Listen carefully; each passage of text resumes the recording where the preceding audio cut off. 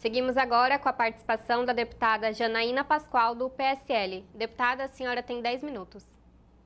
Muito obrigada, cumprimento os colegas que participam da tribuna virtual, todo o pessoal da Rede Alesp, os que nos acompanham. Eu gostaria de falar um pouquinho sobre o processo de votação ontem na Casa. Eu entendo que a Casa teve mais um sucesso na data de ontem. Nós já havíamos atingido um grande sucesso quando fizemos a votação para diminuir os salários dos parlamentares, reduzir a verba de gabinete, diminuir o salário dos próprios funcionários, o que foi revertido pela Justiça, mas nós fizemos o que era devido. Eu até quero fazer aqui um comentário que eu acho muita graça quando as pessoas dizem assim, não fizeram mais do que obrigação. Em parte, né? Porque foi a única Assembleia, a única Casa Legislativa que cortou na própria carne, e não só foi a única Casa Legislativa, como foi o único poder. Então, assim, é muito triste ver quando a população já não consegue mais reconhecer algo de bom que é realizado.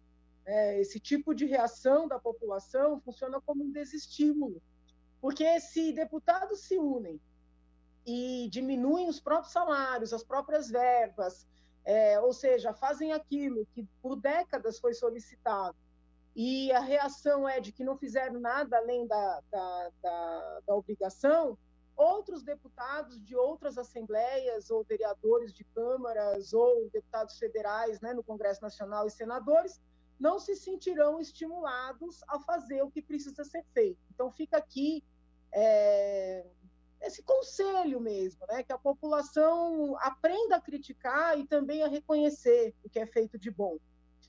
E ontem, né, na esteira desse trabalho que a Assembleia Legislativa do Estado de São Paulo vem fazendo, nós aprovamos um projeto bastante amplo, com medidas muito amplas de enfrentamento da pandemia do Covid, com normas no âmbito da saúde, normas administrativo-financeiras, normas que lidam com socorro, né, na área econômica também, à sociedade, a pequenas empresas. Então, muitos pontos bastante positivos.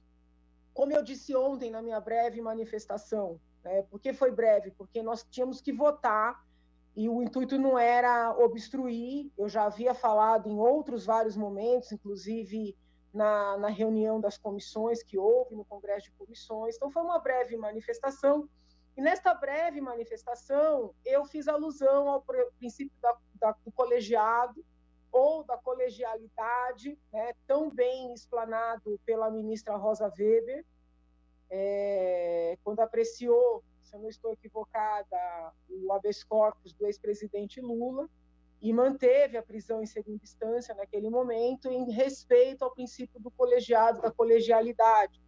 Eu chamei esse princípio ontem para explicar para quem nos acompanhava, e agora para quem nos acompanha, que para nós fazermos um projeto de autoria coletiva, é necessário abrir mão de algumas convicções. Então, muitos dos dispositivos que estavam presentes no projeto não são dispositivos que me agradam, mas outros tantos me parecem muito importantes, como aqueles que determinam a transparência, né, na divulgação dos gastos feitos pelo Poder Executivo, sobretudo com esses valores que são liberados para o enfrentamento da pandemia, a transparência na publicação dos leitos ocupados, dos leitos disponíveis em enfermaria, em UTI. Muitas das emendas que eu apresentei ao longo desse processo legislativo foram contempladas. Então, eu entendo que é uma conquista da Casa aprovar, como aprovamos na data de ontem, este projeto coletivo, que obviamente vai ser submetido ao governador, e como eu já pedi, peço novamente que o governador, atendendo inclusive a legislação federal, sancione, sobretudo, aqueles dispositivos que dizem respeito à transparência. Nós precisamos disso.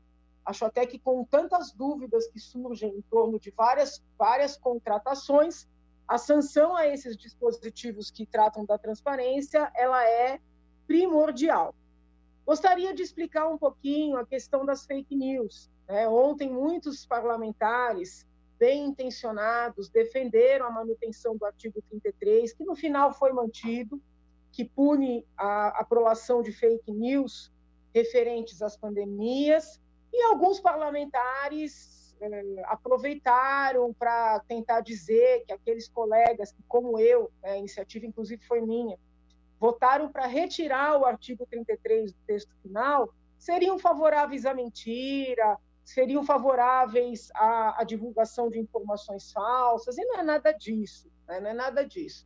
Todos nós somos contrários à divulgação de mentiras, mas também somos contrários a qualquer tipo de cerceamento de manifestação e tratar como mentiras aquelas informações que desagradam, né? Então, o intuito, primeiro, de apresentar uma emenda de plenário excluindo o artigo 33 e depois de falar aos líderes e conseguir colocar no plano de votação a possibilidade de excluir o artigo 33, não tem nada a ver com gostar da mentira, né? Tem a ver com a preocupação do cerceamento da manifestação por meio dessas muitas punições, né, das tais fake news, que não são conceituadas, não são definidas. Então, aí é que fica a preocupação, né? Vai ser fake news falar que alguns doentes se curaram depois de fazerem tratamento com cloroquina, ou com azitromicina, ou com anticoagulante,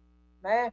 Vai ser fake news falar que os dados referentes aos leitos não estão sendo divulgados da maneira adequada, né? O que é que vai ser considerado fake news? Então, esse que é o ponto, né, em que houve esse debate ontem, e pelo qual eu votei para tirar o artigo 33, pedi para tirar, tomei todas as iniciativas cabíveis no processo legislativo e perdi.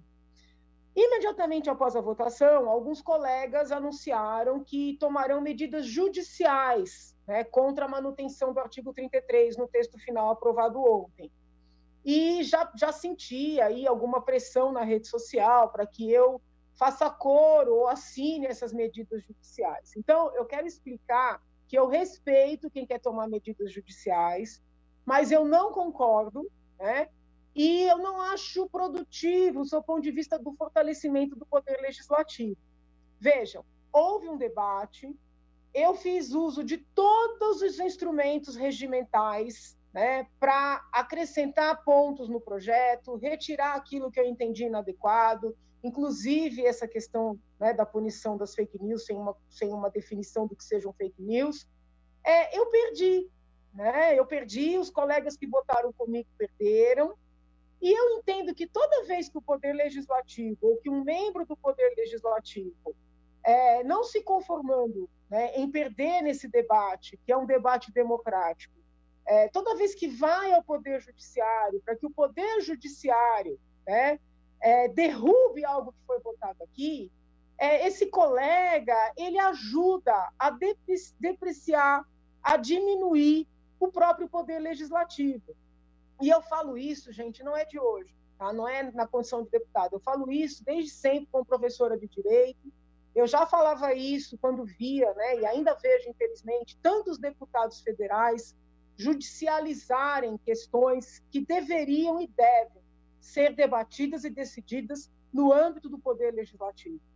Quando um parlamentar vai ao judiciário para tentar derrubar uma lei legitimamente votada, democraticamente debatida e votada numa casa legislativa, ele está se infantilizando, ele está se apequenando, né? Ele está mostrando que ele próprio não consegue lidar com o debate democrático.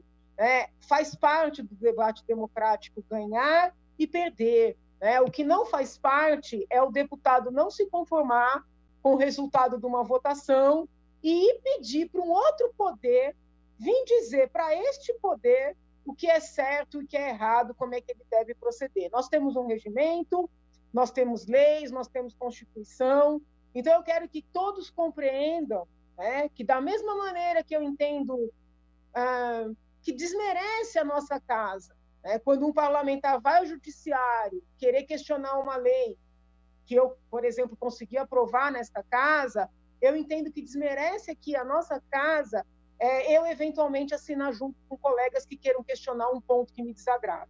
Tá? Então, eu fiz o que eu podia, dentro das normas regimentais, perdi, isso faz parte da democracia. Já me reinscrevo para falar de outro tema.